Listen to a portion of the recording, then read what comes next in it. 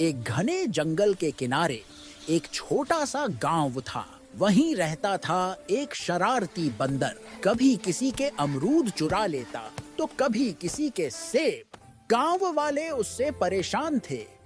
एक दिन तो लोगों ने उसे रंगे हाथ पकड़ लिया।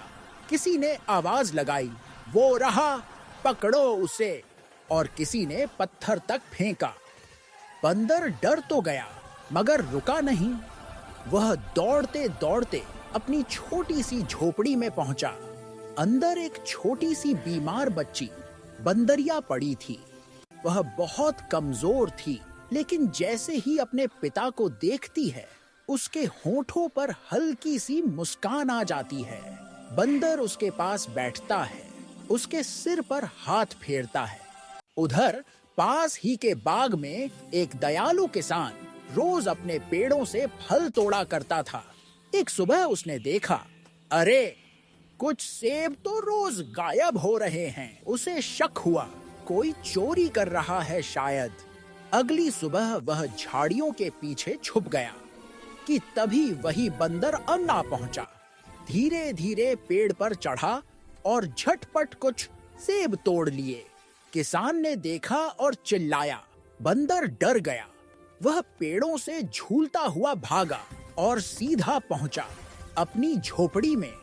किसान भी उसका पीछा करते करते वहां पहुंच गया और जो उसने देखा वह देखकर उसका दिल भर आया। बंदर अपनी बीमार बच्ची को सेब खिला रहा था। उसकी आंखों में चिंता भी थी और ममता भी। कुछ दिन बाद तेज हवाएं चलने लगीं, बारिश शुरू हुई और बिजली की गड़गड़ाहट से जंगल कांप उठा। वह पुरानी झोपड़ी हवा से हिलने लगी। फूस की छत उड़ी जा रही थी।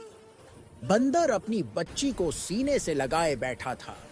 उसी वक्त जंगल का एक बड़ा हाथी वहां से गुजरा। उसने देखा, हाथी तुरंत आगे बढ़ा। अपनी लंबी सूंड से बंदर और उसकी बच्ची दोनों को उठाया और पास के खेत में पहुंचा दिया। वह अपने बड़े कानों से उन्हें हवा से ढकने लगा। वह सच्चे दोस्त की तरह उनकी ढाल बन गया। कुछ देर बाद वही किसान भी वहां पहुंचा। उसने सब देखा और बिना कुछ कहे बंदर की बच्ची को अपनी बाहों में उठा लिया। उसने बच्ची का इलाज किया और प्यार से खाना खिलाया।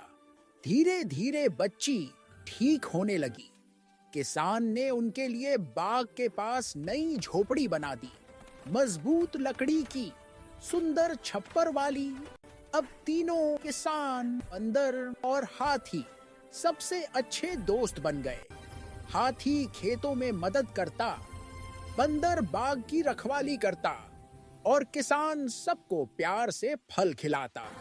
और उस दिन से गांव में कोई किसी को चोर नहीं कहता था, क्योंकि सबने सीख लिया था कि हर कहानी के पीछे एक वजह होती है और हर दिल में थोड़ी सी भलाई छुपी होती है।